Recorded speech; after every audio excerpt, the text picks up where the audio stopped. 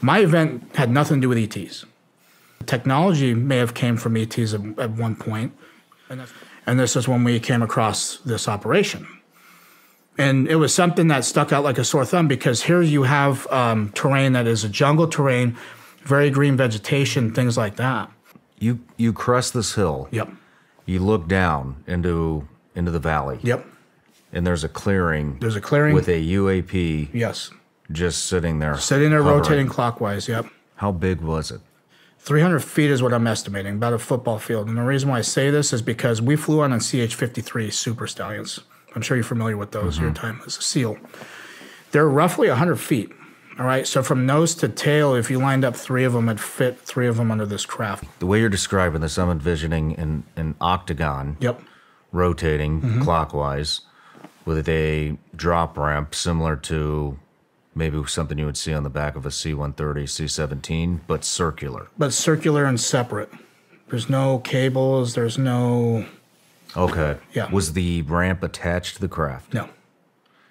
So there was just an opening? There was just an opening. Like the bottom part of the craft, was what I'm assuming, because that's where I saw it lift up and go into. It was like the bottom part. It was like the floor itself was like the platform, and they were just rolled up, right? So you have something that's on the ground, stationary, and then you have something that's up top, and it's just rotating in a clockwise position.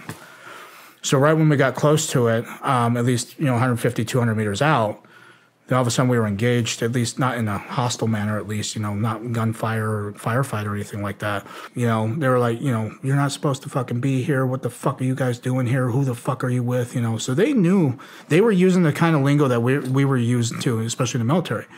Any accents? Not accents. It's just like American dialects, how you and I were talking. At one point they said they were going to smoke us. They could throw us out of a helicopter. It's very easy to get lost in the jungle out here. They kept saying stuff like that.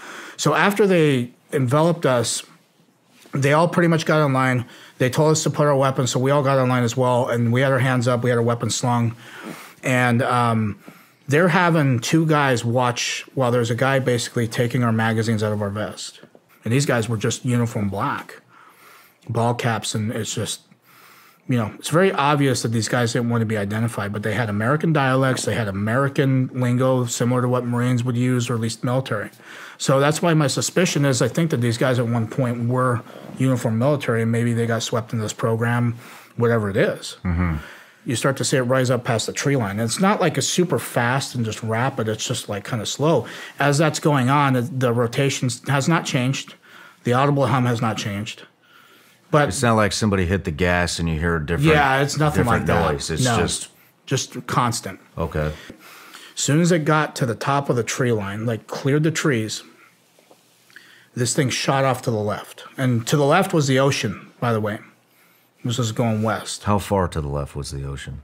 Probably a good 1.5 miles, maybe. That's it? Yeah. So you're right on the coastline. Yeah. Okay. And it just completely shot off. I mean, it's just like a blur that went left.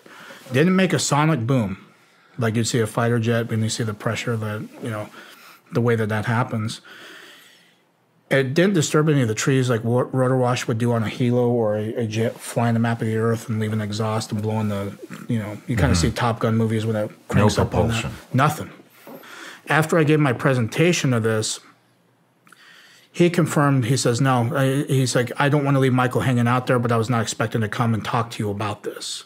And he went explaining what the operations do, why they do it, and what they were using them for. And he says, there's not drugs that they're putting in these shipping containers. He says it's humans.